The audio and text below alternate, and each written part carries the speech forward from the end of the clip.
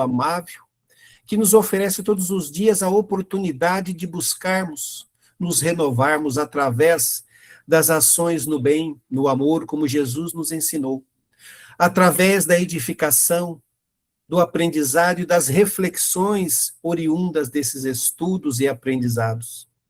Agradecer ao nosso Mestre Jesus, este farol que nos ilumina incessantemente, nos mostrando o caminho que devemos seguir.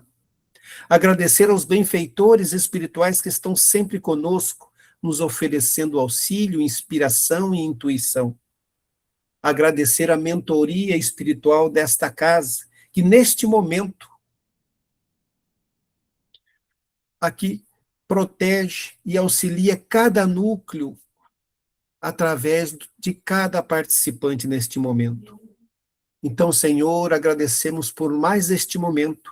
Inspire o nosso irmão Amadeu na sua tarefa desta noite. Sê conosco, Senhor, agradecemos. Por favor, Amadeu, é com você. Muito obrigado, Antônio. Então, uma boa noite a todos. Que a paz de Jesus esteja entre nós. Deixa eu ver se eu consigo mudar aqui. Isso. Bom, antes da gente iniciar, nós vamos fazer as nossas lembranças, né? As nossas orientações. Nossa aula de hoje, nosso encontro de hoje, tem a duração de até 1h15, né? A gente pede para as perguntas serem feitas ao final ou durante a exposição, colocar no chat, que a equipe já começa a responder as questões na medida do possível, né? Antes de iniciarmos, nós vamos desligar o nosso som, nosso microfone, a nossa câmera, para poder ajudar na banda e também ajudar a não nos distrairmos, né, com outras imagens, né? O link da sala não pode ser repassado, divulgado, e nem é permitido a gravação do conteúdo.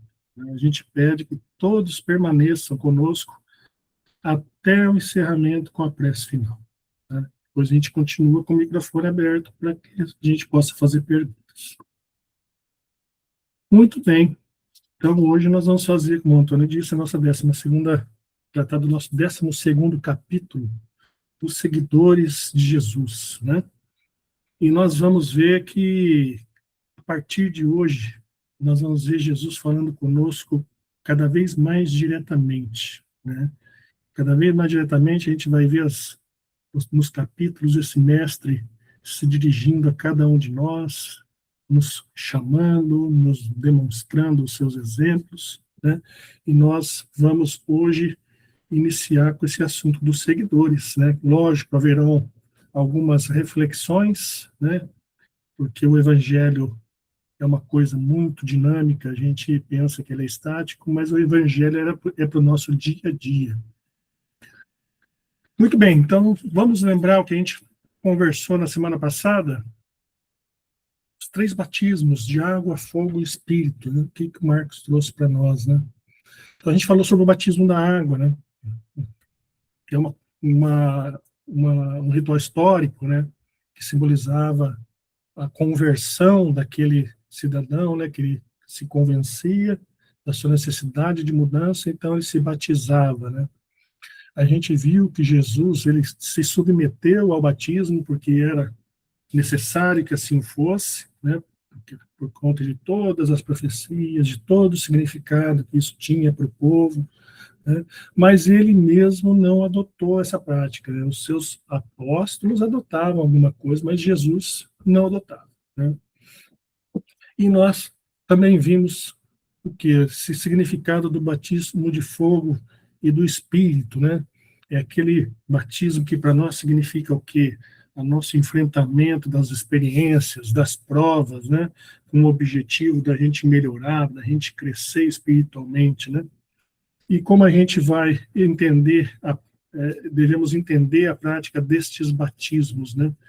São simbólicos, né? São simbólicos, né? O importante é que nós aproveitemos a espiritualidade que ele nos leva a praticar a partir do momento que nós passamos por esses embates, passamos por essa decisão na nossa vida.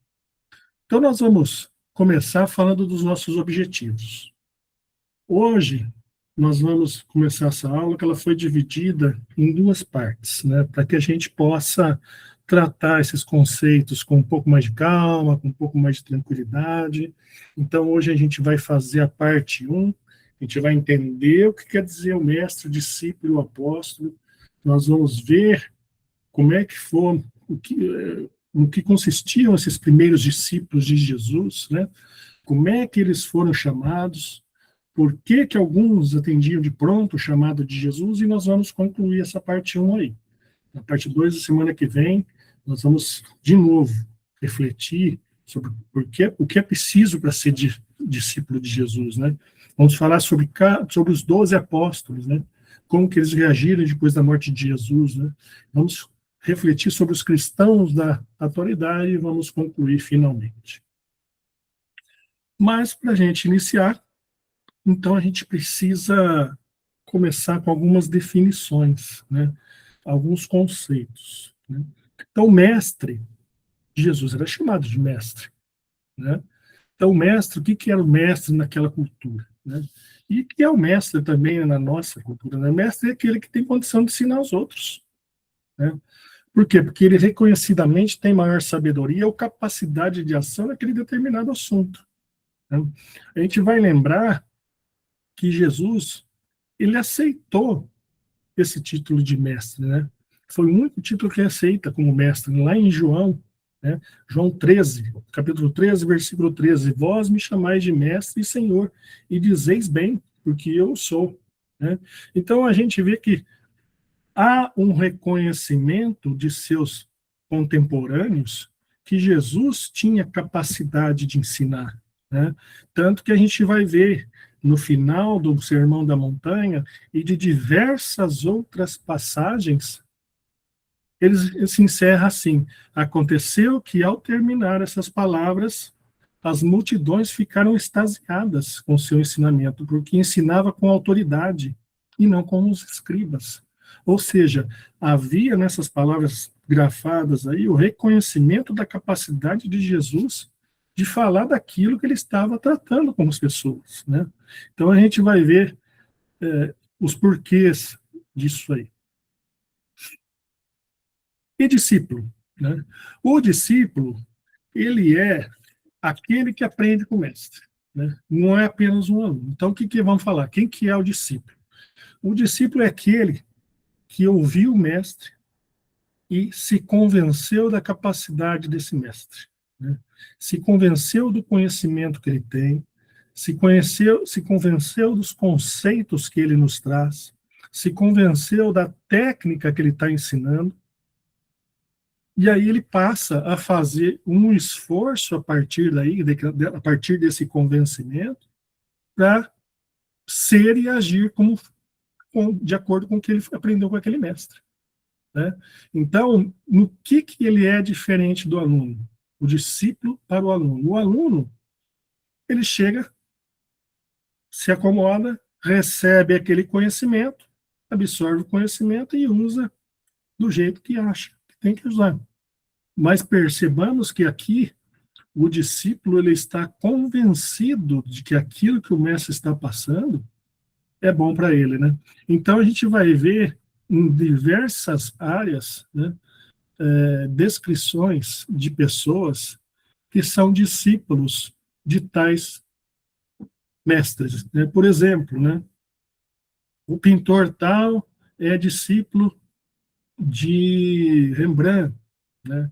O escritor tal é discípulo de um outro escritor um pouco anterior a ele, né? Por quê? Porque essas pessoas se convenceram daquele estilo de pintura, daquele estilo literário, um estilo musical, né?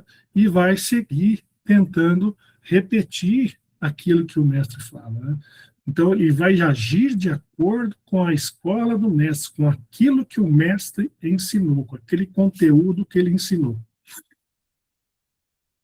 Então, ele reproduz a sua técnica, o seu estilo, pensamento ou vivência. E o apóstolo? O que quer dizer o apóstolo? O apóstolo, então, como está escrito aí, ele vem do grego, né? Ele tem um significado peculiar que significa enviado, né? E o que quer dizer essa ideia, né? Se ele é enviado por quem? Né? Ele é enviado pelo mestre, né? Ou seja, o apóstolo é aquele que foi selecionado para que ele possa, né, aprender mais profundamente aquilo que o mestre ensina e ser também um divulgador daquela ideia, né? Porque é importante que o quê?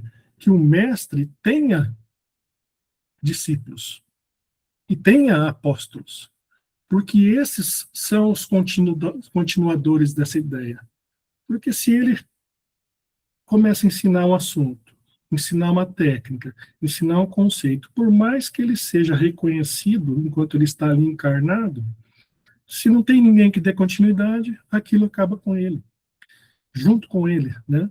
Então, assim, é necessário que o mestre possua os discípulos para poder dar continuidade naquilo que ele está ensinando, né? Garantindo que aquele conhecimento, aquela técnica, aquele conceito se propague, né? Então, somente assim a ideia ou a ação de que é expoente o mestre conseguirá se expandir e concretizar e perpetuar na humanidade, né? Que exemplos a gente pode dar de mestres e discípulos, de apóstolos, né? Sócrates. Sócrates foi um filósofo grego, nós sabemos. Ele não escreveu nada, né? Seus discípulos escreveram, né? Então, o mais famoso de todos os seus discípulos foi Platão, né? Que ele escreveu diversos diálogos de Sócrates e conseguiu propagar aquele conteúdo no tempo que veio depois dele, né? Então, hoje nós só conhecemos Sócrates nessa profundidade que nós conhecemos, lógico, né? Porque tem toda essa, essa literatura escrita por Platão, né? O próprio Jesus, né? Jesus teve os seus discípulos, os seus apóstolos, porque Jesus também não escreveu nada, né? Quem escreveu os evangelhos foram os seus discípulos, os seus apóstolos, né? E se eles não tivessem escritos, a gente talvez não tivesse essa história com essa riqueza de detalhe que nós temos hoje, né? E nós vamos ver outros mestres, né? Por exemplo, na Igreja Católica, né? Os franciscanos têm como mestre Francisco de Assis, né? Que eles tentam reproduzir o estilo de vida de Francisco de Assis, né? O seu voto de pobreza, de serviço ao próximo, né? De caridade, né? Então a gente vê esses conceitos sendo repetidos hoje, né? Mas é importante a gente perceber o seguinte, né? Que Jesus, ele falava com conhecimento as coisas que ele trazia, né? Então, mas da onde que Jesus aprendeu isso, né? Mas Jesus, ele não era um sacerdote israelita, né? Alguém pode pensar, não, mas ele aprendeu porque ele era um sacerdote. Não, ele não era sacerdote. Para ser sacerdote, lá na Judéia, junto aos hebreus, você tinha duas alternativas. Ou era da família de Arão, né, aquele que foi o irmão de Moisés, né, e isso a gente vai achar essa informação lá em Êxodo 28, do versículo 1 a 3, que ele fala assim, ó, Arão, teu irmão e seus filhos, com ele para que sejam meus sacerdotes, né? Ou então, ele deveria pertencer à tribo de Levi, né, e ele não era da tribo de Levi, né? Então, a gente vê que Jesus não era sacerdote, né? Ele também não era fariseu, né? Porque os fariseus eram aqueles que eram considerados os doutores da lei, né? Quem eram os fariseus que a gente já aprendeu lá no capítulo 5, né? Era um partido político religioso, né? Os fariseus, eles estudavam as leis profundamente, sabiam todas as leis com muito detalhe, né? Principalmente a lei mosaica, né? E eles, né, aprendiam, eles sabiam mesmo, né? A dona Terezinha comenta que no início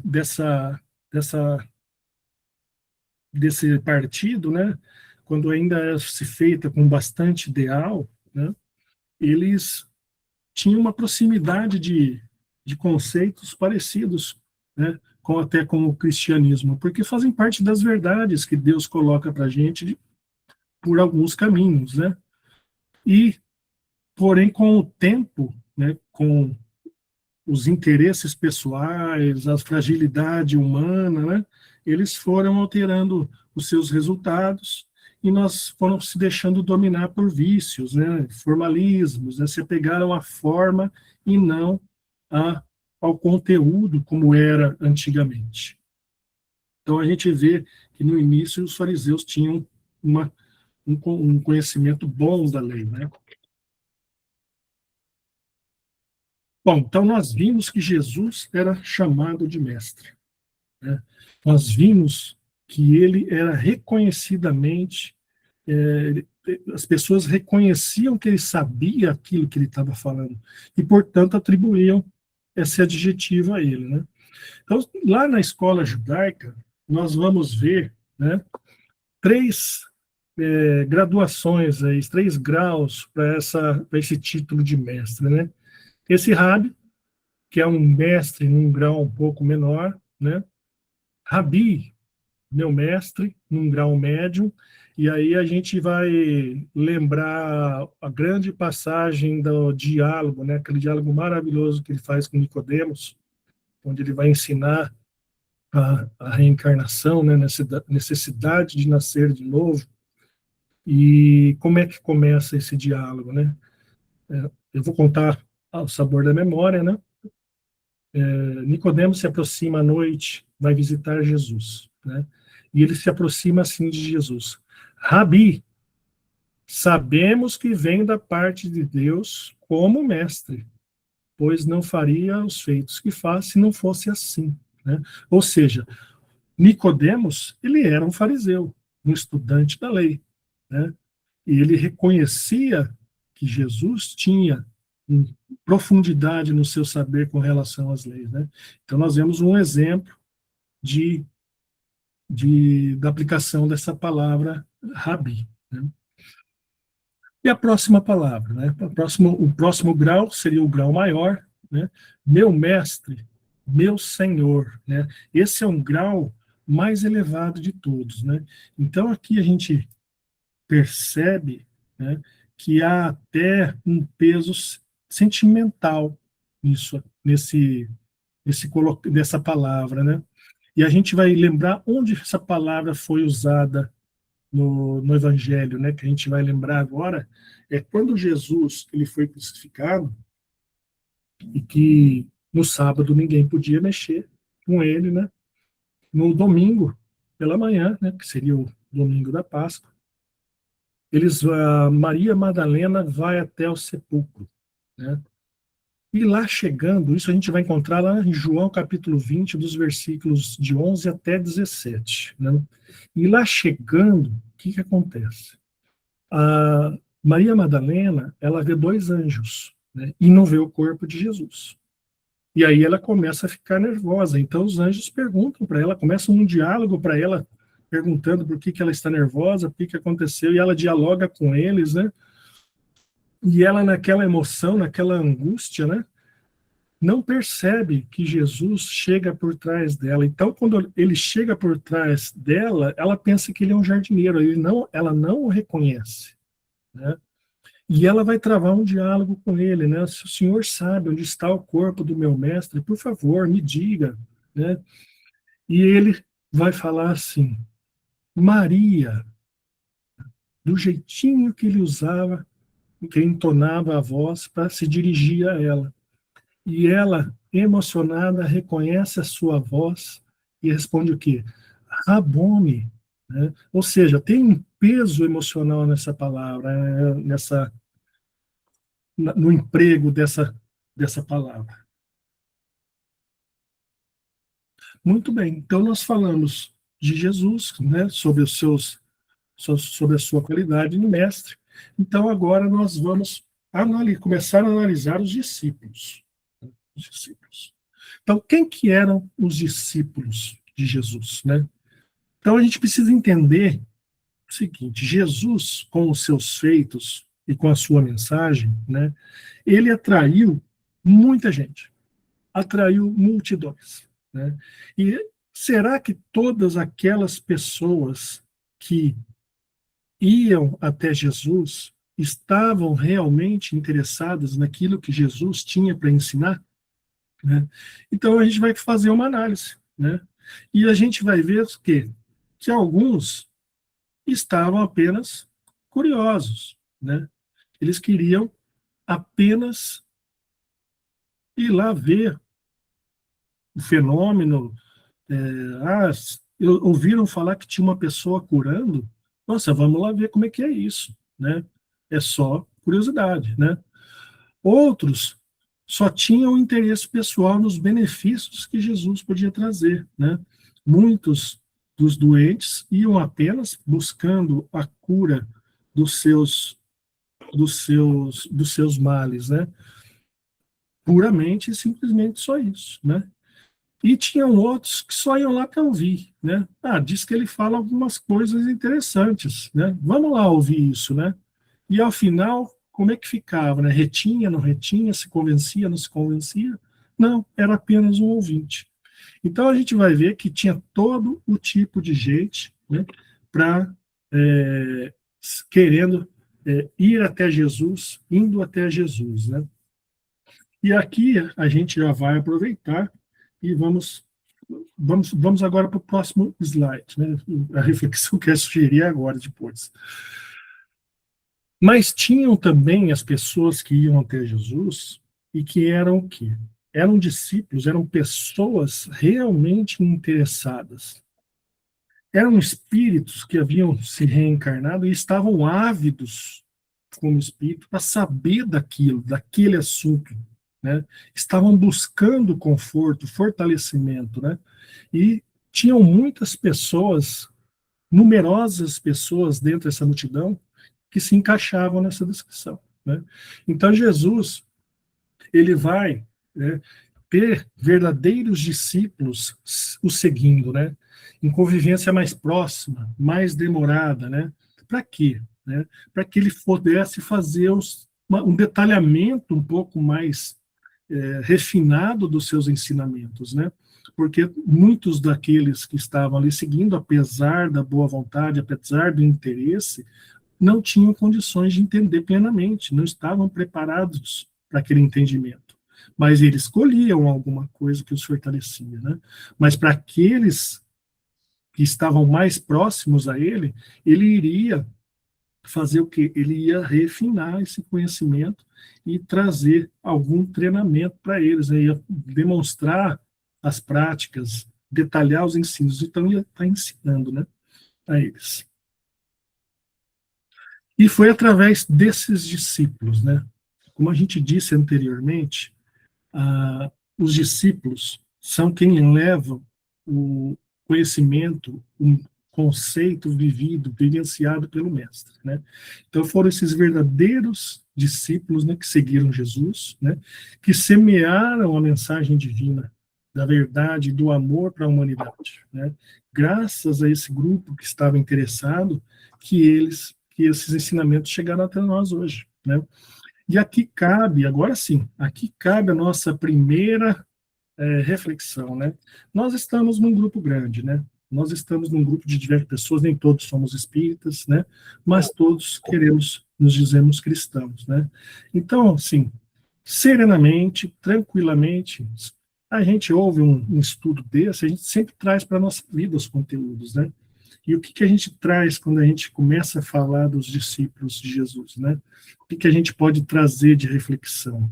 Olhar para nós e serenamente nos perguntar, né? Somos nós já, podemos nos considerar sinceros discípulos de Jesus, né?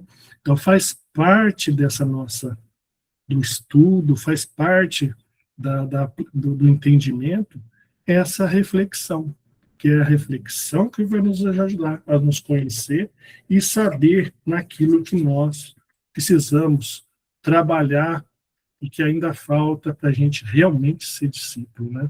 Então vamos fazer a nossa reflexão, né? Vamos fazer a nossa parte, né? Desses discípulos que eram numerosos, né? Jesus ele vai escolher 12 discípulos, né? Para serem quem? Os apóstolos. Vamos revisar lá de novo quem que eram os apóstolos?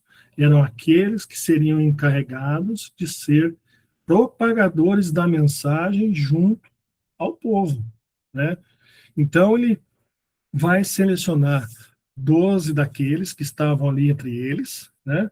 Para que eles pudessem dar continuidade. Então, eles seriam, como foi dito lá atrás, né?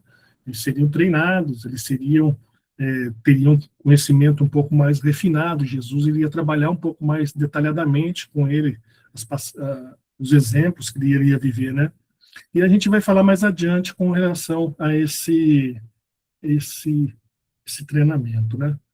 Esse ensino que ele é mais refinado que ele vai dar para os 12 apóstolos, né? E foi necessário que ele fizesse isso, né? Porque olha só como está escrito aí. Essa é a passagem. Deixa eu ver só se está embaixo, não passou aqui. Esqueci de colocar o trecho, né? E chamando os seus discípulos, deu-lhes o poder sobre os espíritos imundos para expulsarem e para curarem toda a enfermidade e todo o mal, né? Ou seja, ele ia ensinar esses discípulos, né? Para que eles pudessem lidar com a espiritualidade, para que eles pudessem lidar com os espíritos, né? Para que eles soubessem conversar com esses espíritos, né? Expulsar não seria um termo para dizer assim, como se diz, não seria nem doutrinar, esclarecer esses espíritos, né? Curar as enfermidades, né? Alguns deles tinham mediunidade de cura, né? Então Jesus ia ensiná-los a lidar com isso, né? E foi necessário fazer isso também, porque Jesus, ele precisava propagar a mensagem, né? E aí, o que ele vai falar lá em Mateus, no capítulo 9, do versículo 35 a 38, né? Que ele andava por toda parte, curando, né? E atendendo esse povo sofrido, né? Que se achavam como ovelhas sem pastor, né? Ele chegou à conclusão e disse que a seara é grande, né? Mas poucos são os operários, né? Pedi ao Senhor que envie novos operários, né? Então, ou seja, ele nos convoca aqui, chamando esses 12 ao trabalho, ele está nos convocando a servir nessa seara imensa, né? Que é a criação de Deus, né? É essa vida de relação com o nosso semelhante, a exemplificação, a reforma íntima, o exercício do amor, né? E quais seriam as tarefas dos apóstolos, né? Então, os apóstolos iam pregar o evangelho por toda parte, né? Então, Jesus, ele era um, né? Ele precisaria ramificar esse ensino, né? Então, ele ia ensinar o evangelho, né, através dos seus exemplos, né? E ia enviar esses apóstolos, né, para que eles pudessem repetir esses conceitos com fidelidade, né? Curar os enfermos, né? Alguns deles, como eu disse, eram médiuns de cura, né?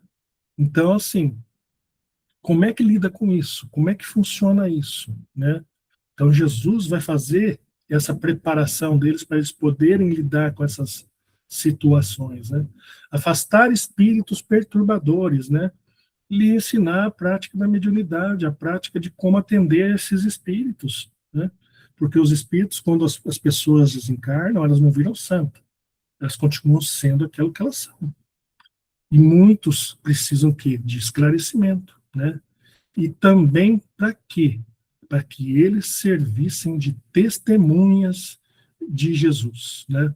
Então, é muito importante isso que está aí em destaque, né? Que vai de encontro com aquilo que é a função do discípulo, né? Propagar a mensagem, né? E hoje nós temos os evangelhos, por quê? Porque eles copiaram, né? Listaram os feitos de Jesus, suas falas, seus exemplos, né? Colocaram em livros para que a gente pudesse, né? Muitos deles colocaram em livros, né? E só que foram escolhidos esses 4 evangelhos para comporem esse livro, né? Então a gente vê que tem um objetivo em todo esse trabalho. A gente vê Jesus, não foi uma coisa feita assim sem planejamento. A gente vê que existe um planejamento, né? Então os apóstolos, né? Eles vão ser chamados ainda de discípulos, né? Por quê? Porque eles ainda são discípulos, eles têm esse encargo de repetir, de ensinar, de ser enviados, representar Jesus, né, os seus conceitos, mas eles ainda são discípulos de Jesus, né? O evangelho vai tratar deles assim o tempo todo, quase, né? E o fato de serem 12, porque atribui-se a uma representação das 12 tribos de Israel, né? Então vamos lembrar quais os nomes deles, né? Então, Pedro, nós vamos ver André, Tiago Maior, que é o irmão de João, né? Felipe, Natanael, Mateus, Tomé, que aqui está em espanhol, me perdoe. Tiago, menor, que é o filho de Alfeu, né? Esse Tiago é aquele que vai trabalhar com Pedro lá na casa do caminho, né? Simão, Judas, que era também chamado de Tadeu, então Judas Tadeu, né? E Judas Iscariote, né? Então, esses são os 12 que foram selecionados com essa incumbência, né? Essa muito importante incumbência. Semana que vem a Estelinha vai tratar mais com detalhe sobre eles, né? E tinham mulheres que seguiam Jesus, né? Tinham muitas mulheres que seguiam Jesus, né? E a gente vai lembrar que não era uma vida fácil, né? Porque a mulher naquela época, hoje, com todos os preconceitos que existem hoje ainda, naquela época ainda tinha muito mais, né? Então a mulher, naquela sociedade que era machista, que era dominadora ao extremo, não tinha valor, né? Não se dava nenhum valor ao que elas faziam, ao que elas falavam, né? Porém, por outro lado, né, dentro do núcleo familiar, né, isso elas não eram respeitadas da sociedade, mas dentro do núcleo familiar, elas eram muito ouvidas, né, porque eram elas que educavam o novo, aquela pessoa, né, os filhos, né, elas que eram responsáveis pela formação fundamental da moral, né, que era dada aos filhos, né. E a gente vai ver que Jesus, como sempre, né, ele vai nos dar um grande exemplo nesse trato com as mulheres, né? Ele vai dialogar com muito respeito com as mulheres, né? A gente mais à frente vai falar com mais detalhe desse diálogo com a samaritana, né, no poço de Jacó. E aqui eu quero exemplificar o diálogo com Marta, a irmã de Maria, né? Então está lá em Lucas, no capítulo 10, no versículo 38. Né? Então Jesus chega na casa de Marta e Maria, né, que eram as irmãs do Lázaro, né, e ele vai começar a falar, vai começar a ensinar, né, e Marta, né, ela começa a organizar as coisas, ela começa a preparar a refeição, arrumar as coisas para deixar tudo em ordem ali para eles ficarem à vontade. Só que Maria, a irmã, ela ficou ali sentada ouvindo Jesus, prestando atenção, né? Então Marta chega para Jesus e reclama para Jesus para que peça para Maria ir ajudá-la, né? E olha só o que Jesus vai falar para Marta.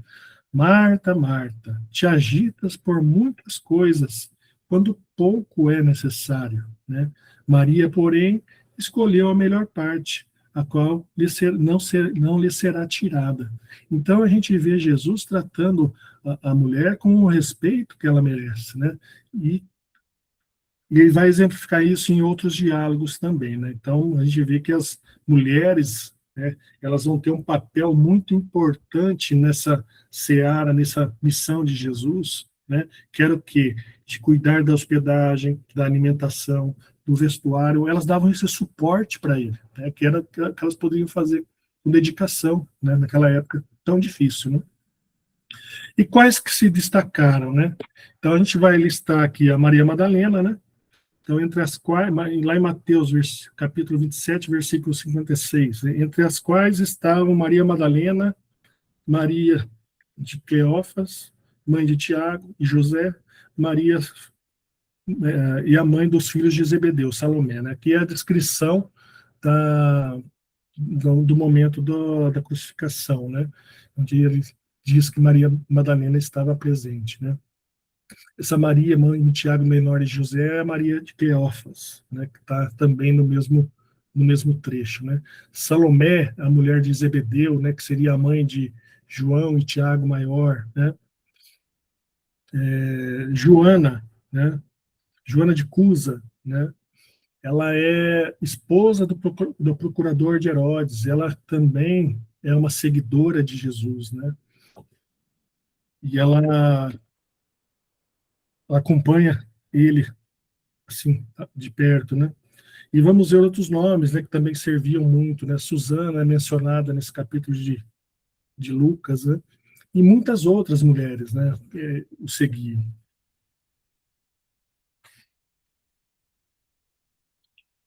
Bom, agora a gente vai entrar num trecho onde a gente vai ver como é que Jesus chamou os primeiros discípulos, né? Então a gente vai focar por enquanto, a gente vai focar nesse trecho no Evangelho de João, né? Então lá nessa narrativa de João, capítulo 1, do versículo 35 a 40, a gente vai contextualizar como é que foi esse convite a André e a João, né? Então o que aconteceu, né? O que estava acontecendo, né? Jesus tinha acabado de ser batizado por João, né? Marcos contou essa história semana passada, né? Esse trecho semana passada, né? E João, ele testemunha, né? Ele vê lá mediunicamente, né? Aquilo que era esperado, que seria o sinal de que aquela pessoa seria o Messias, né? Então ele vê o Espírito sobre Jesus, né? Repetir que ele era o Messias, né? Isso está acontecendo lá em Betânia, né?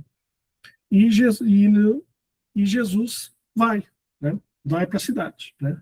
No dia seguinte, lá em Betânia, tá o João Batista e dois dos seus apóstolos, né? E João vê Jesus passar, né? E ele vai falar assim: eis o Cordeiro de Deus, né?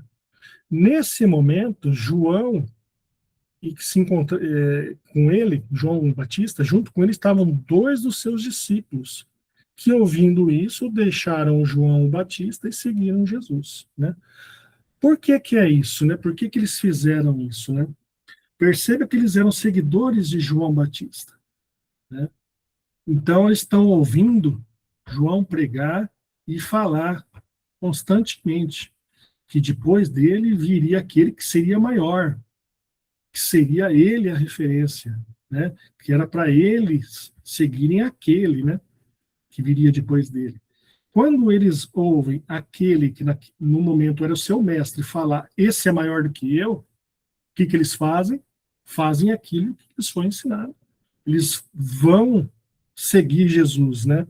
Então eles estão seguindo as recomendações de que João Batista lhes fizeram, né? Então eles começam a seguir Jesus, né? Porque lembra que o João Batista ele vai estar sempre falando assim, né? Depois de mim virá aquele do qual eu não sou digno nem de desatar o nó das sandálias, né? E eles confiam e seguem Jesus, né? Só que quando eles começam a seguir Jesus, Jesus percebe que ele está sendo seguido, né? Se vira para eles e vai perguntar para os dois, né? Que buscais, né? E aqui eu vou fazer um intervalo para que a gente possa fazer outra reflexão, né? Porque quando Jesus fala que buscais para João e André, né? Como diz o Haroldo nas suas palestras, essas palavras ecoam pela eternidade, né? E elas chegam no dia de hoje, né? Então, todo dia a gente escuta Jesus perguntar para a gente também, que buscais, né? Então, a gente reflete sobre isso, né? Então, a gente vê os apóstolos, né, que naquele momento ainda não tinham se tornado apóstolos, eles vão a, até Jesus. E eles respondem dessa maneira para Jesus. Rabi, olha lá novamente, mestre, onde moras? Né? Ou seja, eles estavam querendo entender aquele mestre, conhecer o mestre, né? Saber de onde ele veio, para onde que ele está, né? E ele fala, vinde e vede, né? Foram e viram onde morava e ficaram com ele aquele dia. Tá vendo? Um trecho de João, né? Então a gente vai ver, né, que assim Jesus convida, de acordo com João, João e André para que eles o sigam, né? A gente vai lembrar que André é o irmão de Pedro, né, de Simão Pedro, né, que ele era um desses dois que estavam junto com João Batista foram seguindo Jesus, né? E o outro, né, acredita se fosse João Evangelista, né? Porque lá no texto, nos trechos ele sempre nunca fala, se refere a ele, né? Ah, eu estava lá, eu vi isso, né? Eu estava testemunhando isso, né? Ele sempre vai falar assim. E lá também se encontrava aquele discípulo que Jesus amava, né? Ele sempre vai dizer assim de si. E como é que Pedro foi convidado, de acordo com a narrativa de João, né? Então ele vai falar, deixar bem claro para nós, né? Que André vai conduzir Pedro até Jesus, né? Então André achou primeiro a seu irmão, né? E disse: achamos o Messias. E o levou até Jesus, né? Percebamos que ele foi. Por que ele foi? Porque não era qualquer um que eles acharam. Era o Messias. Eles aguardavam o Messias. Eles eram todos hebreus, eles eram judeus. Eles aguardavam por esse dia, né? Então, quando alguém falava achamos o Messias, as pessoas iam atrás para saber o que era, né? Para saber se a coisa era séria, né? Que era muito importante isso, né? E Jesus vai olhar para ele e vai falar assim: tu és Simão, filho de Jonas, tu serás chamado Cefas, né? Então aqui a gente vê Jesus identificando Pedro, né? Reconhecendo Pedro, né? Dando uma demonstração para Pedro daquilo que ele era capaz, né? E por que Cefas, né? Então Cefas no aramaico ele tem o significado da pedra, significa pedra. Só que essa pedra no aramaico é uma palavra masculina, não é uma palavra que nem para nós pedra, né?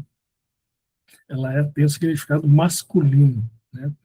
Então no grego, né, como não tinha essa palavra, né, eles associaram, criaram um neologismo, né, uma palavra nova, né, adaptada para Petros.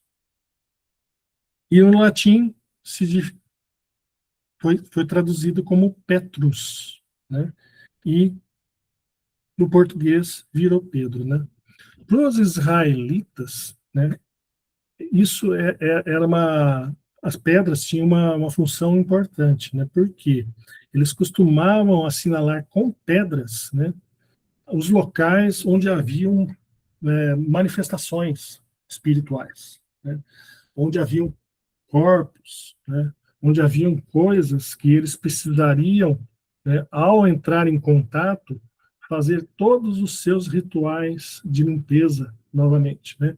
Então, para que isso não acontecesse um engano, alguma coisa, que a pessoa tivesse que fazer todo aquele trabalho da sua purificação novamente, eles marcavam aquele lugar para que não houvesse entre aspas, um acidente ali, tivesse que fazer todos os processos que eles tinham o costume de fazer, né? Bom, se André convidou Pedro, porque era irmão dele, então a gente pode assumir que Tiago foi convidado por João, né? Porque João é irmão do Tiago, né? Então, dessa maneira aqui, a gente tem os 4 discípulos, os 4 primeiros discípulos, né?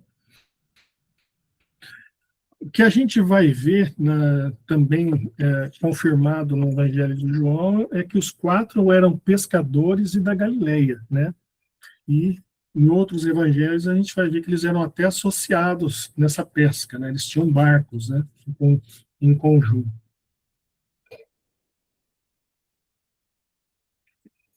Quem foi convidado depois disso, né? Depois disso foram convidados Filipe e Natanael, né? A gente vai achar isso lá em João também, no capítulo 1, né? E no dia seguinte quis Jesus ir a Galileia. Ele ia retornar para o lugar de origem dele, né? E achou Felipe, né? E disse-lhe: segue-me. né? Filipe, ele era da Betsaida, né, da cidade natal de André e Pedro, né? E Felipe o seguiu, né? Então a gente vê que foi bem sucinta, né? Essa convocação de Felipe, né? Mas Felipe ficou empolgado, né? Ficou empolgado que ele achou também o Messias, né?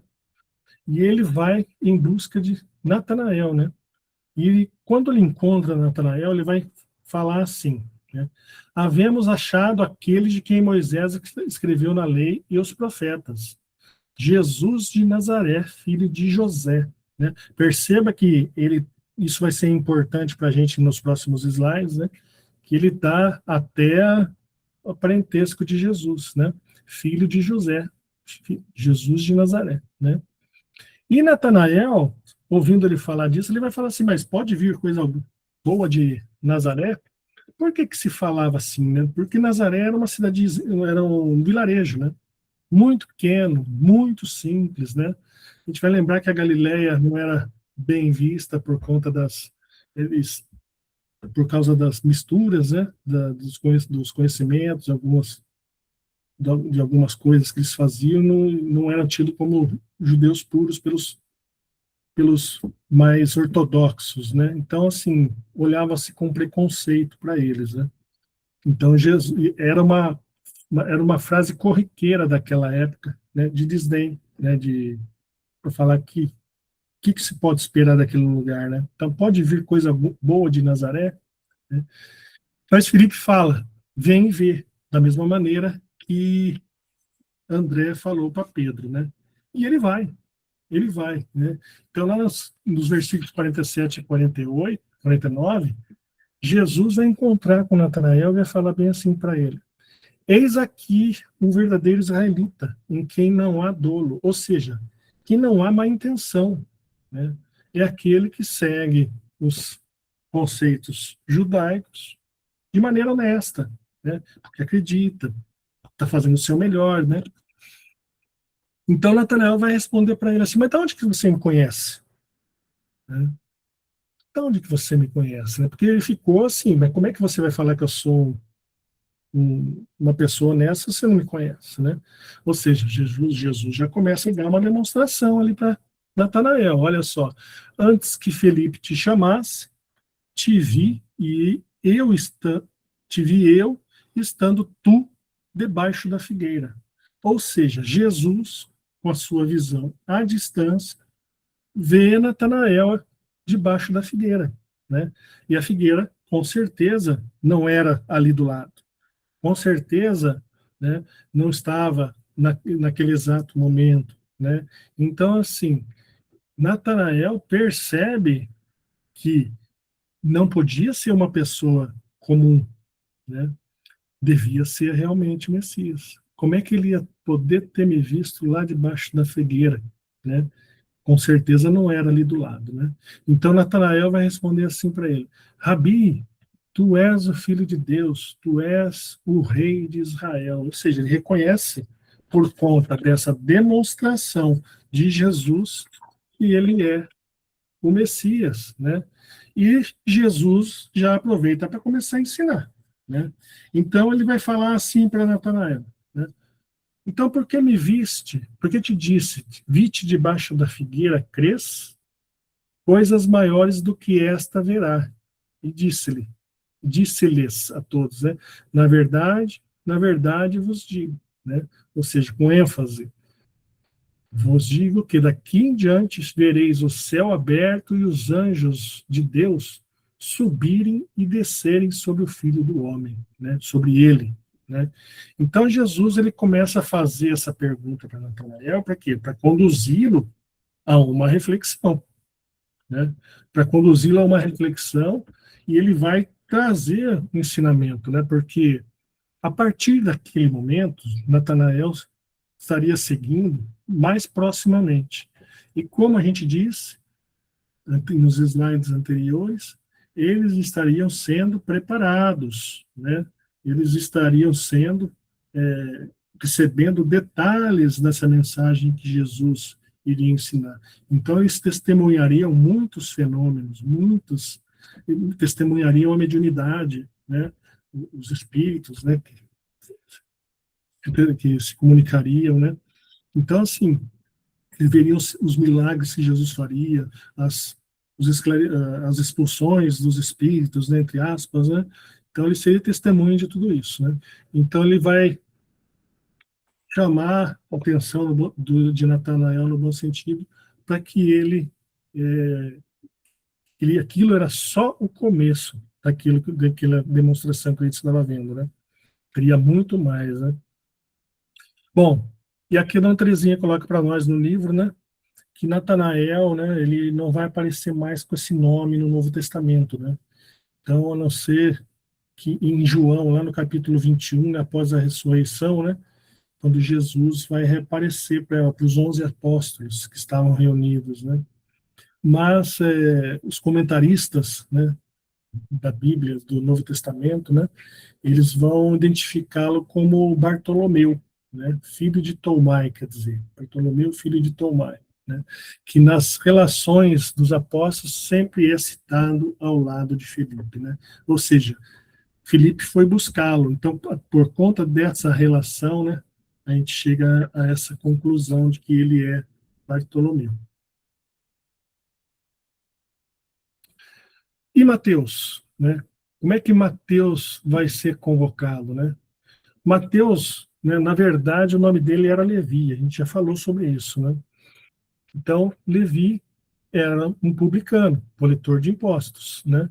E Jesus vai convidá-lo para segui-lo também, né? E como é que ele faz? Ele simplesmente chega e fala, né?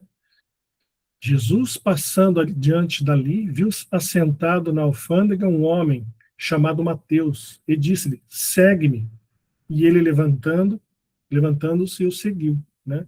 Ou seja, Mateus, ele era um publicano, um coletor de impostos, né? Como a gente viu anteriormente, o coletor de imposto, ele era um cargo público, né? Ele era um cargo romano, né? Por quê? Porque o romano, ele dominava a região e coletava o imposto, né? Então, essas pessoas que se encarregavam de coletar o imposto para Roma eram chamados de publicanos, né? E os judeus, eles odiavam, né? Os hebreus, eles odiavam os publicanos, né? Porque eles se sentiam roubados, né? Como é que pode exigir da gente pagar o imposto, né? Então, eles se sentiam roubados, né? E isso era um pecado muito grande, porque estava na lei: não furtarás, né? Eles odiavam os publicanos, eles eram tidos como homens de má vida, né? Por conta disso, né?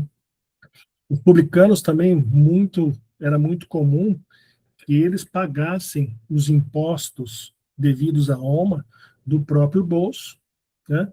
E aí, o que eles faziam? Coletavam do povo, colocando um juro em cima, né? Colocando o seu lucro em cima, né? E isso era uma prática muito comum, né? Que Roma, ela apoiava isso também, né? Ela estava recebendo dela adiantado, então ela apoiava o negócio esse negócio do publicano, né? Então, Mateus, ele era um publicano que era tido como pessoa de má vida. Ele vai atender Jesus somente com esse chamado: segue-me. Então, por que todos atendiam de pronto? Por que os chamados atendiam de pronto, né? Então, a gente precisa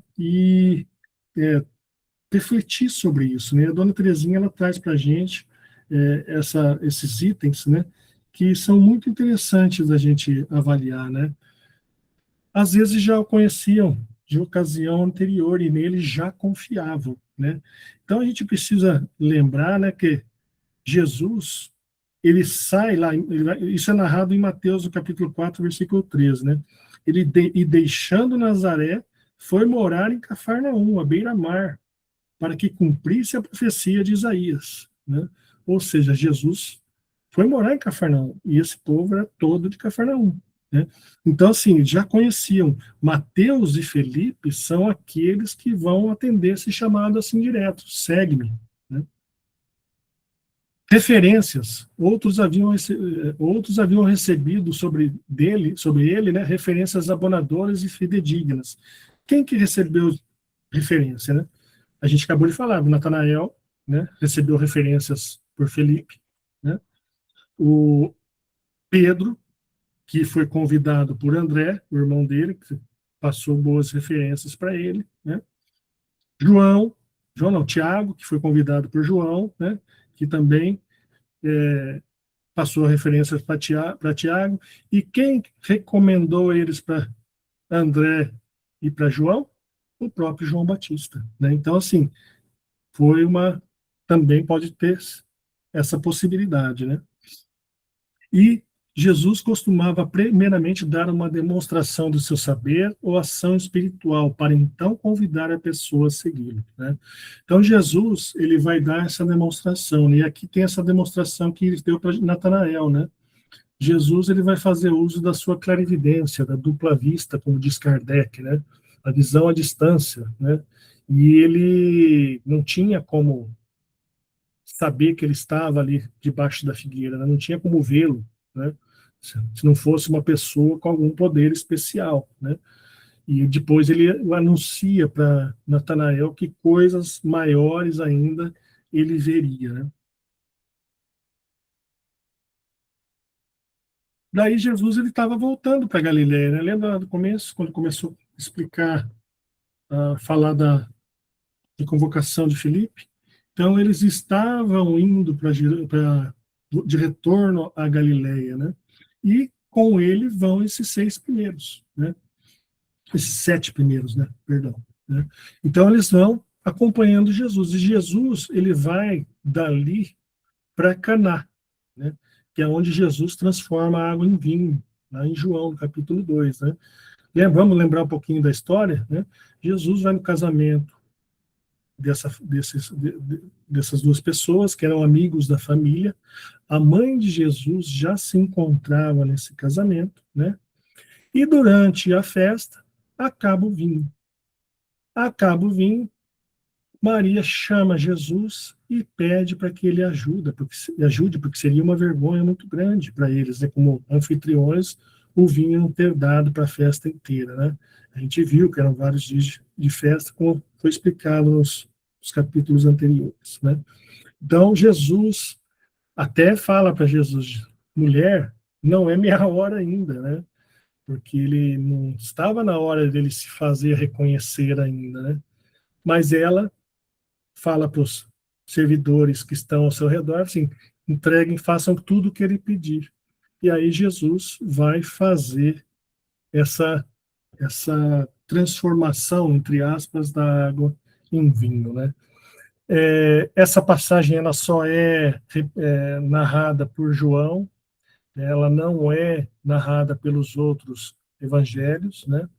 Então a gente vai falar um pouco mais detalhadamente dela numa unidade mais à frente, tá bem? E como é que Lucas vai falar que foi a convocação dos 4 primeiros apóstolos, né? Então, Lucas ele vai narrar esse convite nessa pesca milagrosa, né? E a gente vai lembrar, né? Como que é essa passagem, né? Então está lá em Lucas capítulo 5, né? Versículo 1 a 11. Jesus estava pregando, né? E uma multidão o acompanhava, né? E o barco de Pedro estava ali à margem, eles estavam trabalhando na rede, eles tinham pescado a noite inteira.